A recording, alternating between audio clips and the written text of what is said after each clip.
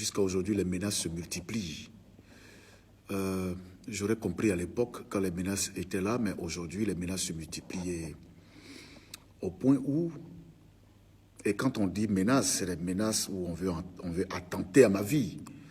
Je ne sais pas qui je dérange. Bon, je sais bien que je dérange le pouvoir d'Abidjan, mais pourtant, moi, je ne suis pas politicien, je suis pasteur, même si je fais un peu de politique, mais je suis pasteur. Et donc, on va dire que les menaces se multiplient matin, midi et soir. Matin, midi et soir, au point où des pasteurs, des hommes de Dieu commencent à avoir maintenant des révélations. Et je prends la chose très au sérieux. Des révélations comme quoi, qui près tu es dans le viseur des gens, ils veulent t'éliminer, ils veulent attenter à ta vie, ils vont t'éliminer et c'est imminent. Donc, je sais être intelligent, je sais prendre à témoin les gens, je sais prendre à témoin l'opinion.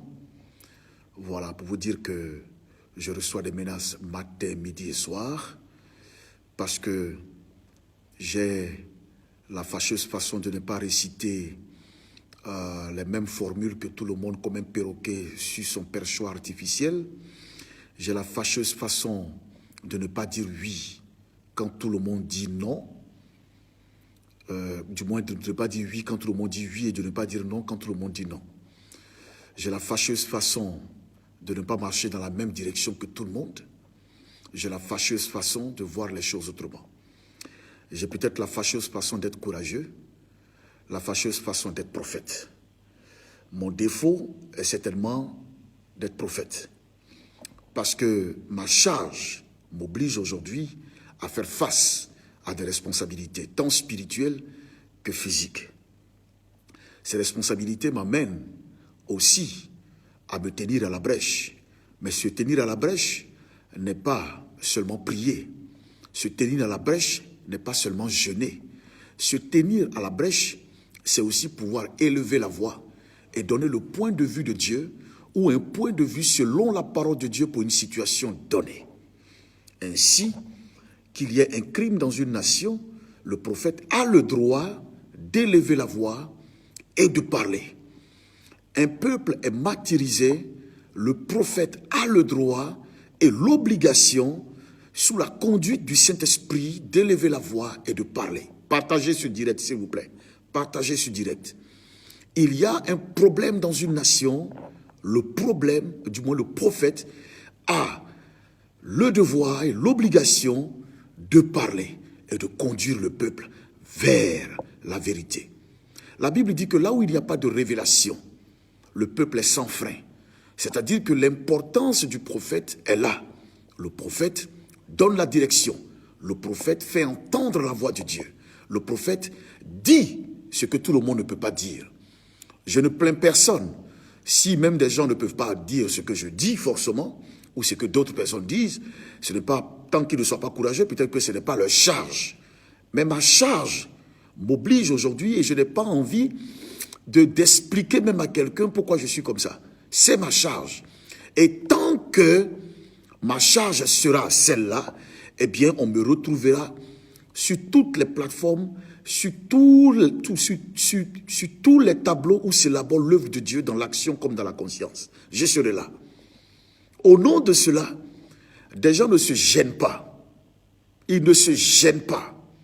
Ils m'appellent, ils menacent. Les révélations sortent. On veut attenter à ta vie. On veut attenter à ta vie. Je veux dire à ces personnes, peut-être que vous serez même à ma veille demain. Peut-être que vous serez à ma veille demain. Je suis en train de vous dire qu'on sait déjà. Peut-être que vous serez à ma veille demain. Mais vous ne réussirez que lorsque Dieu aura donné son OK. Voilà. Vous ne réussirez que lorsque Dieu aura donné son OK. Voilà. Et ça, c'est pas fait pour me faire peur. C'est pas fait pour me faire fuir. Appelez avec des numéros masqués, menacez, écrivez, faites ce que vous voulez. Ça, ce n'est pas fait pour me faire peur. Voilà, retenez bien mon nom. Je suis serviteur de Dieu, je suis Hassan Kipré. Mon travail, c'est ce boulot-là. Quand j'ai accepté ma fonction, ma charge de prophète, je savais ce qui allait avec le danger. Voilà. Ma charge de prophète ne va pas de pair avec les Range Rover. Ça ne va pas de pair avec les gros comptes en banque. Ça ne va pas de pair avec beaucoup d'argent. La première chose qui va de pair avec ça, ce sont les intrigues, les persécutions, les attaques, les menaces, la mort peut-être, les persécutions. Tout ça, ça va avec. Si j'ai accepté cette tâche, si j'ai accepté de servir Dieu, c'est parce que je suis prêt à faire face. Et je continuerai de faire face. Donc, croyez-moi, la menace ne me dit rien. Ne m'arrivera que lorsque Dieu aura décidé que ça m'arrive. Je serai prudent, mais ne m'arrivera que ce que Dieu aura décidé qu'il m'arrive. Alors, je le dis ouvertement au pouvoir d'Abidjan ou à quelques plaisantais de politiciens que vous avez mieux à faire en Côte d'Ivoire que de me menacer. Vous avez mieux à faire en Côte d'Ivoire que de dire n'importe quoi. Vous avez mieux à faire en Côte d'Ivoire que de me guetter. Vous avez mieux à faire en Côte d'Ivoire que de me chasser. Voilà. D'ailleurs, je ne peux même pas changer votre électorat, puisque je ne vote même pas en Côte d'Ivoire. Je suis citoyen américain. Donc, à partir de là, je ne vote même pas en Côte d'Ivoire. Mais ce n'est pas parce que je suis citoyen américain que, on va dire, je ne vais pas me mêler de votre politique. Non, je me mêle bien même, parce que c'est mon pays d'origine. Je me mêlerai bien même. Et je vais me mêler. Toutes les fois que vous ferez des bêtises, vous me verrez. Que ce soit Soro, que ce soit Ouattara, tout votre groupe là, vous me verrez sur votre dos. Des gens me disent, non, tu as attaqué Soro, ces gars sont fâchés. Je dis, bon sang. Moi, je vais vous dire, hein, je vais vous donner un proverbe, je vais vous raconter une petite histoire. Tu es dans ta maison. Tu es dans ta maison. Et tu as tes enfants. Vous comprenez ce qu'il dit? Tu es dans ta maison. Tu as tes enfants. Et puis, il y a une route. La route, là, tu es le seul à la connaître. Pour rentrer dans ta maison, tu es le seul à la connaître. Le diable ne peut pas rentrer s'il ne passe pas par cette route-là. Mais elle est cachée et elle est protégée. Et dans ta maison, tu es avec ton frère. Vous êtes dans la maison, tu as 4 enfants, avec ta femme, et puis tu es avec ton frère. Et puis un jour, le diable vient, et puis il passe par cette porte-là. Il rentre dans ma maison. Il tue mes enfants. Il tue ma femme. Il me blesse. Gloire à Dieu, je ne meurs pas, mais je pleure parce que ma vie n'a plus de sens. Parce que le diable est rentré chez moi. Le diable est rentré chez moi. Comment il est rentré? Je ne sais pas. Mon frère qui est à côté, lui, il fait comme si, en fait, il n'est pas mêlé, quoi. Mon frère n'est pas mêlé. Bon. Et un jour, mon frère s'en va récupérer sa récompense avec le diable. Le diable le blague, veut le tuer même. Et mon frère court, il vient me voir. Et puis il dit, Kipré, je te dis la vérité. Je te dis la vérité. C'est le diable qui est rentré, il est rentré par cette porte. Je demande à mon frère, qui a donné la clé pour qu'il rentre là-bas? Il dit non, c'était moi. C'était moi. Mais c'est le diable, c'était moi qui ai donné la clé, mais c'est pas moi qui ai tué les enfants. Vous voulez qu'il soit plus mauvais entre les deux, entre le diable et puis mon frère qui a donné la clé pour que le gars là il rentre. C'est mon frère. J'en voudrais plus à mon frère qu'au diable. Parce que le diable ne serait pas rentré. Si mon frère n'avait pas donné la clé et n'avait pas montré le passage secret pour que le diable rentre chez moi, pour tuer mes enfants, pour massacrer ma femme, pour égorger, pour faire n'importe quoi chez moi. Vous comprenez ce que je dis? C'est un proverbe. Celui qui a des oreilles va comprendre.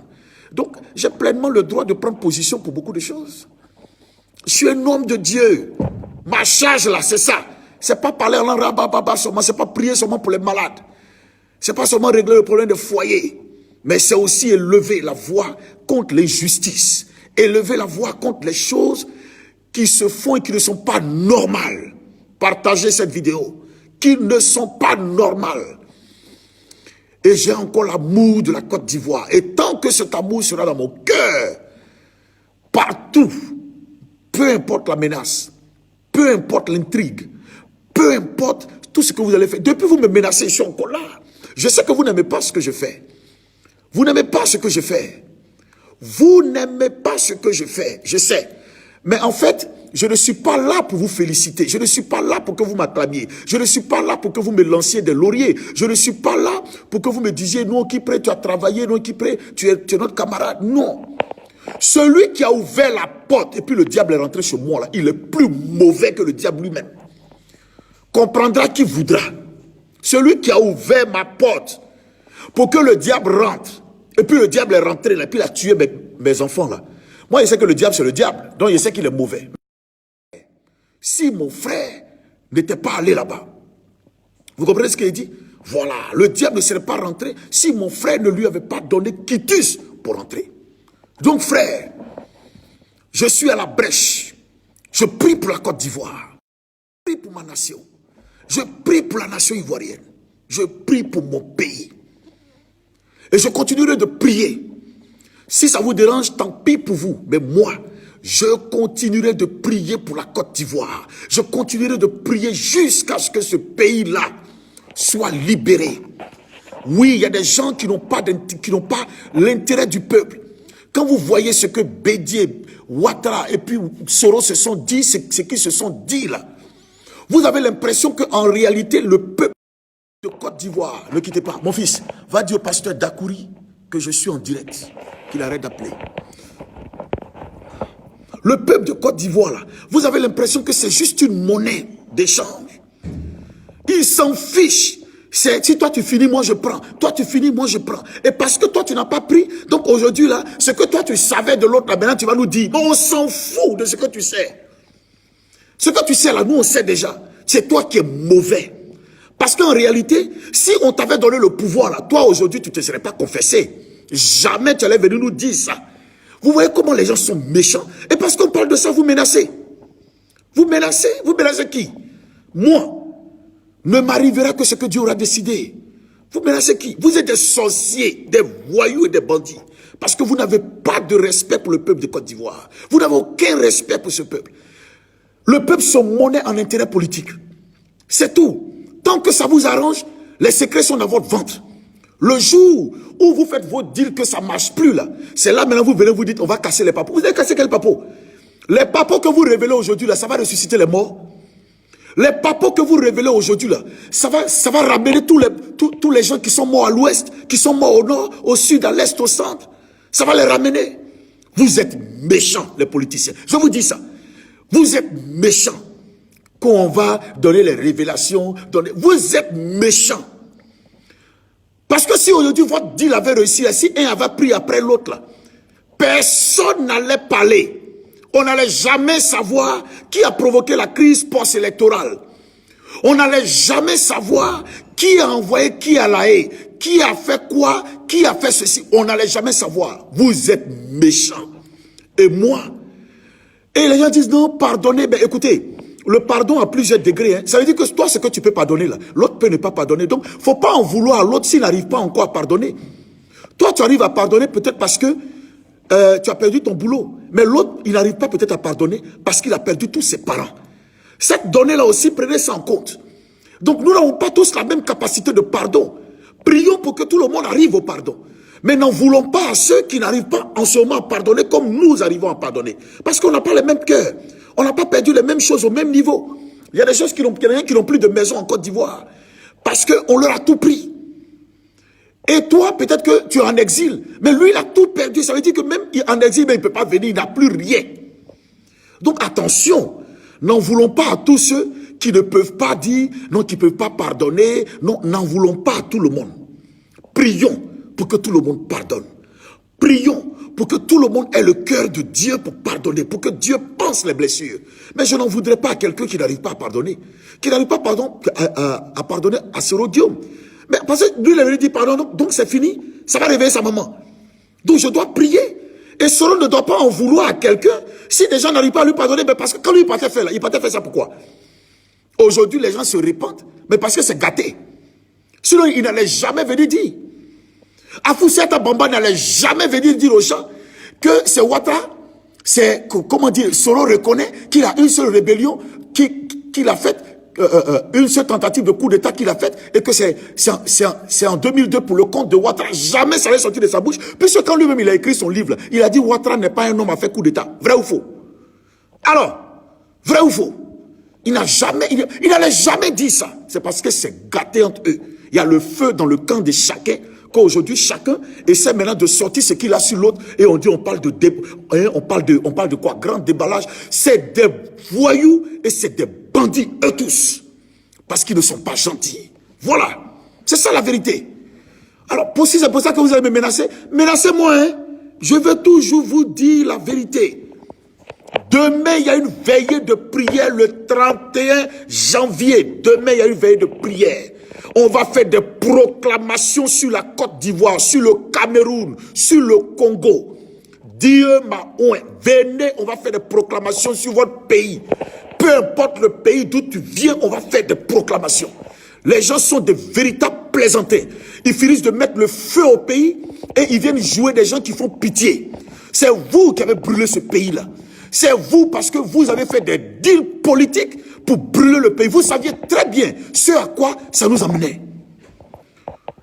Vous savez très bien où ça allait nous conduire. Vous saviez très bien. Il ne faut pas vous allez nous fatiguer. Vous saviez très bien où ça nous menait. Meurent là. Vous savez pourquoi les gens meurent. Vous savez pourquoi les gens meurent. Arrêtez un peu, s'il vous plaît. Arrêtez un peu. Moi, Hassan Kipré, je prie pour la Côte d'Ivoire. Ça vous dérange? Sauter et caler en l'air. Je prie pour mon pays. Je prie pour ce pays-là. Je prie pour ce pays. Autant je prie pour mon pays d'adoption, dont je suis citoyen, les États-Unis d'Amérique. Je prie pour mon pays de naissance, la Côte d'Ivoire.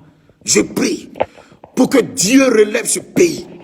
Alors, les gens vont me dire non, que tu exposes Soro. Soro, il est qui et puis on ne l'expose pas. Lui, c'est qu'il a fait en Côte d'Ivoire là. C'est bon. Et puis je lui dirai ça en face si je le vois. Aïe, c'est ça qui est quoi? Je lui dirai en face. Si leur affaire ne s'était pas gâtée, lui, Bédié Ouattara, là, on n'allait jamais savoir ce qui s'est passé. Ils allaient mourir avec les secrets. C'est des bandits, ils sont méchants. Voilà, ils sont tous méchants. Ils sont méchants, ça ne va pas ramener les morts des gens. Alors quand on prie pour la Côte d'Ivoire, on prie pour que Dieu protège la Côte d'Ivoire. Mais on prie aussi pour que Dieu puisse apaiser les cœurs. Puisse apaiser les cœurs. Voilà, que Dieu apaise les cœurs, que Dieu restaure les cœurs, que Dieu pardonne, que Dieu amène les gens à pouvoir, n'est-ce pas, évacuer la rancœur qui est dans leur cœur.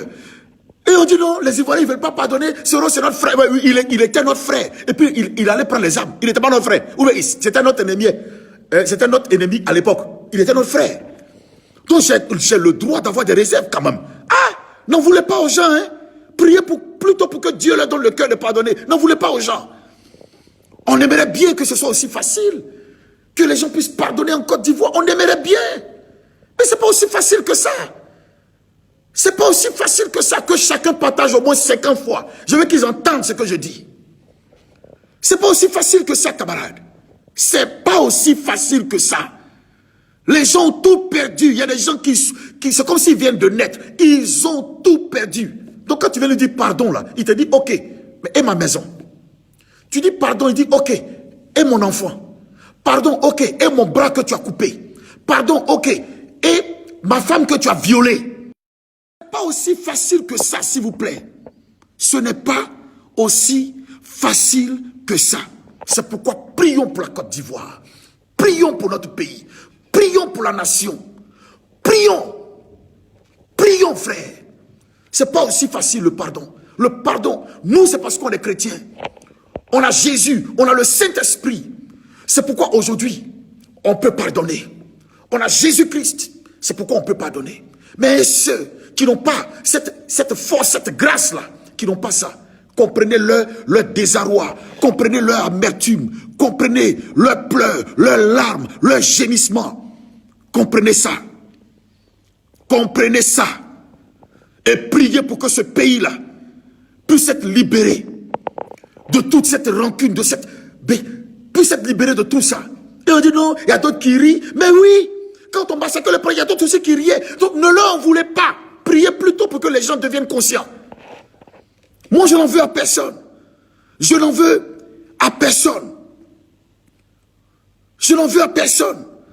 Je prie plutôt pour que Dieu apaise le cœur en Côte d'Ivoire. C'est mon rôle, que Dieu apaise le cœur en Côte d'Ivoire. Mais je n'en voudrais pas à quelqu'un qui dit on a rasé mon village, j'ai la colère dans mon cœur. Je ne lui en voudrais pas. Il a le droit d'être en colère. Je prierai pour que Dieu apaise son cœur. Je lui parlerai pour que Dieu apaise son cœur. Alors ne venez pas faire des procès aux gens. Non, vous ne voulez pas aller à la paix. C'est aussi facile de partir à la paix. C'est aussi facile de partir à la paix. Les gens même qui ont pris les armes là, ils savent très bien qu'il est très facile de faire la guerre, mais difficile de faire la paix. C'est difficile. Moi j'ai renversé. C'est difficile de faire la paix hein, après la guerre. C'est difficile. C'est difficile. Les gens souffrent. Les gens souffrent. Les gens souffrent. Je vous en prie. Prions pour notre pays. Prions pour la Côte d'Ivoire.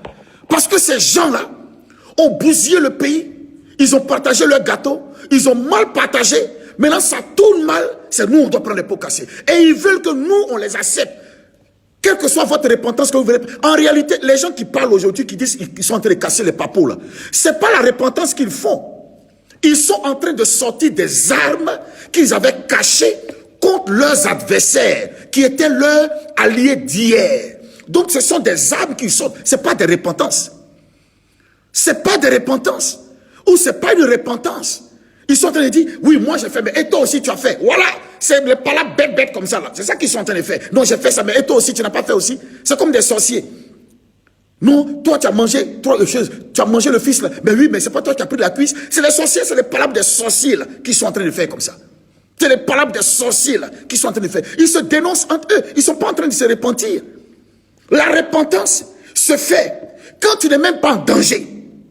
Les gens n'étaient pas en danger, ils pouvaient se repentir. C'est parce qu'ils sont en danger aujourd'hui qu'ils sont en train de se repentir. Alors je dis, moi je pardonne, je n'ai pas de problème avec ça. Mais souffrez qu'on vous dise que vous avez mal fait. Souffrez qu'on vous dise que vous avez mal fait et que vous avez mis le pays, excusez-moi du thème, je n'aime pas employer ce thème, mais vous avez mis ce pays-là dans la merde. Voilà aujourd'hui où on est. Et quand on vous parle, vous ne comprenez pas. Vous avez menacé à celle qui... Vous me menacez. Moi, je n'ai pas de force. Menacez-moi. Mais les vrais gars, vous devez menacer, ils sont là-bas. Hein. Ce n'est pas moi. Laissez-moi tranquille. Il y a plein de gens qui font les vidéos là. Vous ne partez pas sur eux. Il y a plein de gens qui font les vidéos. C'est moi que vous avez menacé matin, midi et soir. Laissez-moi tranquille. Hein. J'ai le droit de parler. Je ne sais pas où, à quel siècle vous vous retrouvez, mais il y a un mot qu'on appelle démocratie. Là. Ça veut dire que chacun donne son opinion. Ça vous dérange? Démissionnez. Ou me créer une monarchie en Côte d'Ivoire où il y a un roi, personne ne parle, et puis tout le monde se soumet à lui, il aura pouvoir de vie ou de mort sur tout le monde. Je vous en prie. Prions pour notre pays. Prions pour ce pays. Parce que vous ne savez pas le désarroi que les gens ont créé dans ce pays-là. Vous ne savez pas le désarroi que les gens ont créé en Côte d'Ivoire. Il y a des villages qui n'existent même plus. Il y a des villages qui n'existent même plus. Il y a des gens qui ne peuvent même plus se relever. Ils ne peuvent même plus se relever. Et vous leur en voulez. Et tout autour de votre petite personne. On dit, il ne faut pas mon avion va atterrir. L'autre dit, on fait coup d'état contre moi. C'est vous seul. C'est toujours vous. Vous ne pensez pas au peuple. C'est toujours vous. Vous ne pensez pas au peuple. Vous ne pensez pas à la nation ivoirienne. Vous ne pensez pas au pays. C'est toujours vous. C'est toujours de vous qu'on parle. Vous qu'on parle. C'est toujours vous. Quand vous êtes menacé, le pays doit être triste. Quand vous partagez vos conneries là, là nous on n'est pas là, hein, vous partagez entre vous. Vous avez les marchés de gré à gré entre vous. Vous avez les marchés entre vous. Vous mangez, vous buvez, vous êtes content, vous sablez le champagne, vous faites tout. Mais quand ça se gâte, c'est là que vous emmenez ça chez nous, nous on a qu'à avaler. Et quand ça se gâte, non, c'est notre frère, on doit être derrière lui, il était notre frère, puis il a pris les armes. Il ne s'est pas repenti. Je l'ai écouté plusieurs fois. Et ça, ce monsieur, il se répand. Il ne se répand pas.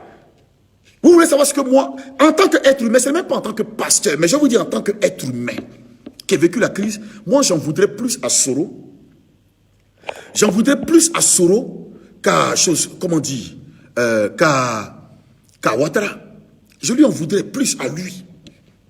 Parce qu'il ne peut pas me dire que Ouattara l'a blagué, ce n'est pas possible. Ouattara l'a jamais blagué. Ouattara n'a jamais blagué Soro. Soro savait très bien que ce monsieur-là était comme ça.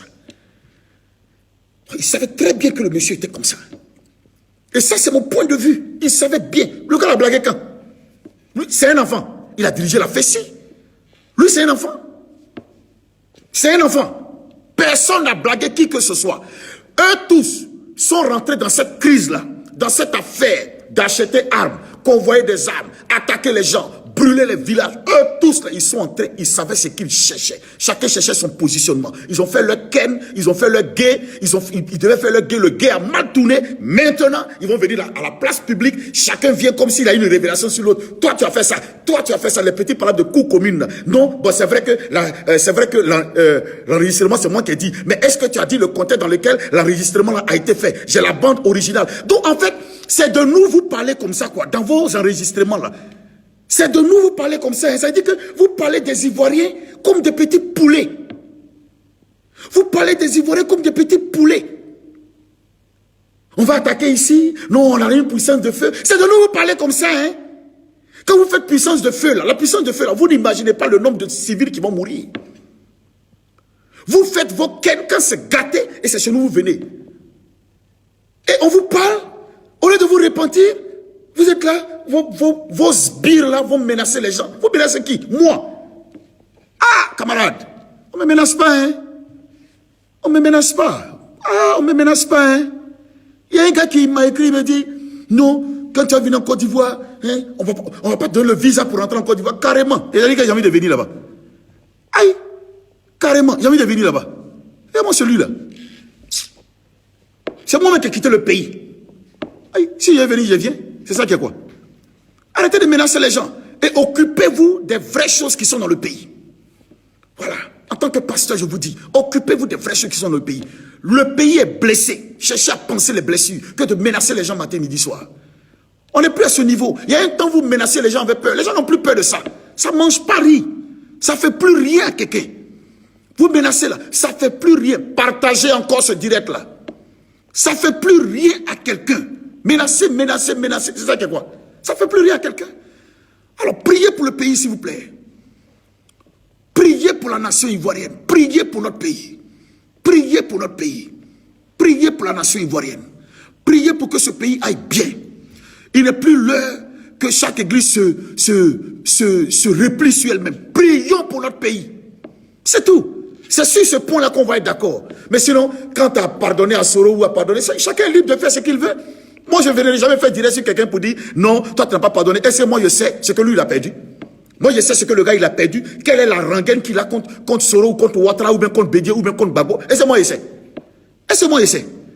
Il y a des gens aujourd'hui qui sont en colère contre Gbagbo. Mais oui, c'est leur droit d'être en colère contre lui. Et ils vont vous expliquer pourquoi ils sont en colère. Et il y a d'autres qui sont en colère contre. Ils vont vous dire pourquoi ils sont en colère. Alors, donc chacun a sa colère.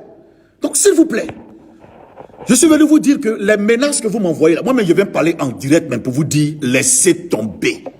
Laissez. Venez, on va discuter, puis je vous dis ça en face encore. Laissez tomber. Le 31, proclamation sur la Côte d'Ivoire. La situation doit s'arranger. Le pays doit être libéré. Un nouveau cycle de bénédiction doit commencer pour notre pays. Un nouveau cycle de grâce doit commencer pour la Côte d'Ivoire. Un nouveau cycle de restauration doit commencer pour notre pays. C'est de ça qu'il s'agit. On va prier pour le nord, le sud, l'est, l'ouest, le centre. Voilà. Et si vous êtes en France, si vous êtes particulièrement à Paris ou aux alentours, si vous êtes à Angers ou un peu loin, prenez votre train et venez demain au 51 rue de Crève-Cœur à la Courneuve. Venez, on va prier pour notre pays. Venez, on va prier pour notre nation. Ce n'est plus l'heure de faire des commentaires bizarres, non. On va prier. Moi au moins je parle et puis je prie. Moi au moins là, j'attaque et puis après je prie. Oui, venez, on va prier pour notre pays. On va prier pour le Cameroun, on va prier pour le Togo, on va prier pour le Burkina, on va prier pour le Bénin, on va prier pour le Nigeria, pour le Ghana, pour tous les pays. On va prier pour que Dieu restaure nos pays et que Dieu restaure la Côte d'Ivoire. Venez, on va prier. Il y a des révélations qui vont sortir demain. Dieu va parler. Le calendrier de 2012, 2020, là, Dieu va donner ça. Venez, on va prier demain. Voilà, je ne parle jamais en vain. Venez demain au 51 rue de Crèvecoeur à la Courneuve. La veillée a lieu à partir de 22 h. Venez, invitez vos amis, vos frères, vos soeurs, vos cap. Venez, on va prier. C'est une veillée de prière, c'est-à-dire on est arrêté, on va prier pendant 3-4 heures de proclamations sur la nation ivoirienne. Et Dieu va faire grâce. Que Dieu vous bénisse. C'était le prophète Hassan Kipré. Le rendez-vous de demain, c'est 22 h, on finit un peu à 2-3 h du matin. C'est au 51 rue de Crèvecoeur à la Courneuve. Je vous invite. Que Dieu vous bénisse. Et vous qui me menacez là, camarades, quittez les dents. Arrêtez de me menacer. Je suis prophète. Arrêtez de me menacer. Parce que les menaces ne me font pas peur. Soyez bénis.